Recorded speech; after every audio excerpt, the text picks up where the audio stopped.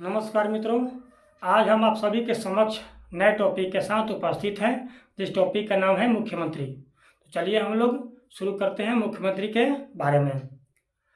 राज्य सरकार के प्रमुख या प्रधान या वास्तविक कार्यपालकीय प्रधान मुख्यमंत्री होता है। ठीक है, राज्य सरकार का कार्यपालकीय प्रधान जो होता है मुख्यमंत्री होता है।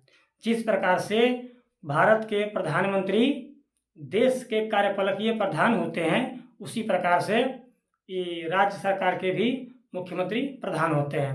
ठीक है, संविधान के अनुच्छेद 164 के अनुसार राज्यपाल मुख्यमंत्री को नियुक्त करेगा और उनके मंत्रियों को भी राज्यपाल ही नियुक्त करेंगे, लेकिन मुख्यमंत्री के परामर्श पर, सलाह पर।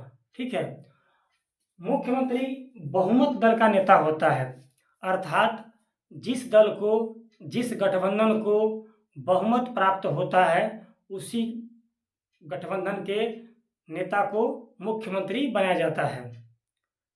बहुमत प्राप्त करने के लिए जितने भी सीट होते हैं, जितने भी विधानसभा के सीट होते हैं राज्य सरकार में, उसका आधा से एक ज़्यादा कम से कम होना चाहिए।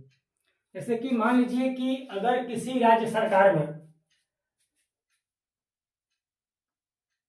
200 विधानसभा सीट है, तो इसमें से इसके आधा प्लस 1 अर्थात 100 प्लस 1 101, कम से कम 101 विधायक होने चाहिए, जिससे उस गठबंधन का बहुमत प्राप्त होगा। तभी जाकर के उस गठबंधन से कोई नेता मुख्यमंत्री बन सकता है। ठीक है, यदि इस स्थिति में अगर किसी भी दल को बहुमत साबित नहीं होता है, तो सबसे बड़े दल अर्थात जिस दल का सबसे अधिक विधानसभा में सीट मिलती है, उसी दल से मुख्यमंत्री बनाया जाता है और 1 महीने के भीतर उसे बहुमत सिद्ध करने का टाइम दिया जाता है कि 1 महीने के भीतर आप बहुमत सिद्ध करें। ठीक है, फिर मुख्यमंत्री का जो कार्यकाल होता है 5 वर्षों का होता है। ठीक है, 5 वर्षों का होता है।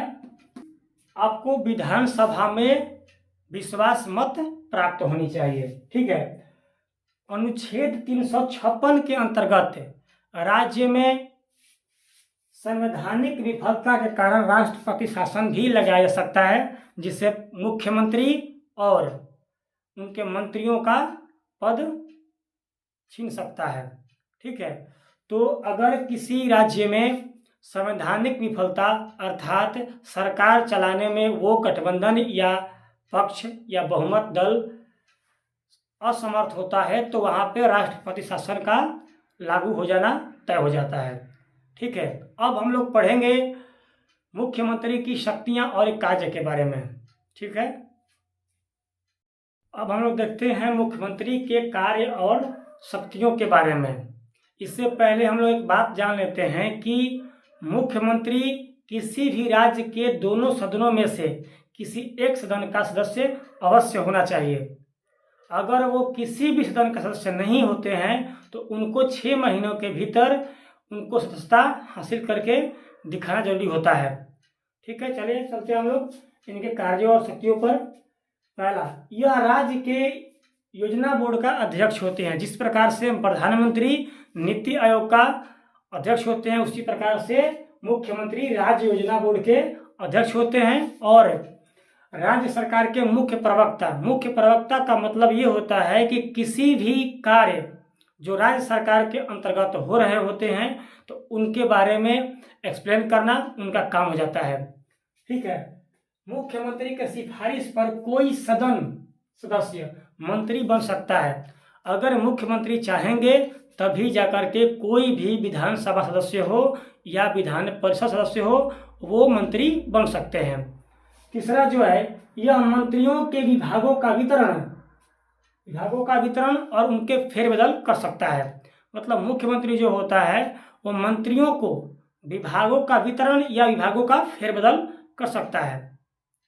अगर किसी भी मंत्री को लगता है कि हम ये नहीं कर पाएंगे, इस मंत्रालय को नहीं कर पाएंगे या विभाग नहीं कर संभाल पाएंगे, तो मुख्यमंत्री उनके विभाग बदल भी सकते हैं या वहाँ से उनको पदच्युत भी कर सकते हैं या मंत्री पद से हटा भी सकते हैं। ठीक है। फिर उसके बाद चौथा है कि यह किसी भी मंत्री को त्याग पत्र देने को कह सकता है। मुख्यमंत्री किसी भी मंत्री को इस्तीफा देने को कह सकता है या राज्यपाल के सिफारिश पर उसे बर्खास्त भी कर सकता है। अगर मान लीजिए कोई मंत्री अगर अपने मनमानी ढंग से कोई काम कर रहा है तो मुख्यमंत्री राज्यपाल को कह करके उसकी मंत्री पद बर्खास्त करवा सकता है। ठीक है। पांचवा जो है, यह मंत्रियों के कार्यों में सहयोग, नियंत्रण, निर्देश एवं मार्गदर्शन देता है। मुख्यमंत्री जो होता है वो किसी भी मंत्री को उसके विभाग पर नियंत्रण रखता है, निर्देश देता है कि इस तरह काम करो, या मार्गदर्शन भी देते हैं या सहयोग देते हैं। ठीक है। तो इनके कंट्रोल में ही पूरा मंत्रियों का मंत्रालय चलता है। ठीक है। 6 में जो है, मुख्यमंत्री के मृत्यु होने पर या त्याग पत्र देने पर मंत्री परिषद विघटित हो जाता है। अर्थात यदि मुख्यमंत्री की डेथ हो जाती है या मुख्यमंत्री इस्तीफा देते हैं तो जितने भी मंत्री होते हैं वो सारे मंत्रियों का जो पद होता है वो खत्म हो जाता है। ठीक है।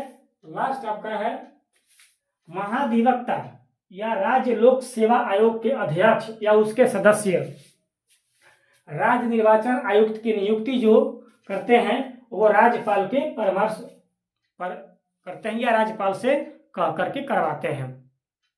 अर्थात महाधिवक्ता राज्य लोक सेवा आयोग के अध्यक्ष और सदस्य और राज्य निर्वाचन आयुक्त का जो नियुक्ति करवाते हैं राज्यपाल के द्वारा, वो उसमें परामर्श या सलाह दे सकते हैं। ठीक है। तो ये कुछ उनके पावर थे या उनके कार्य थे।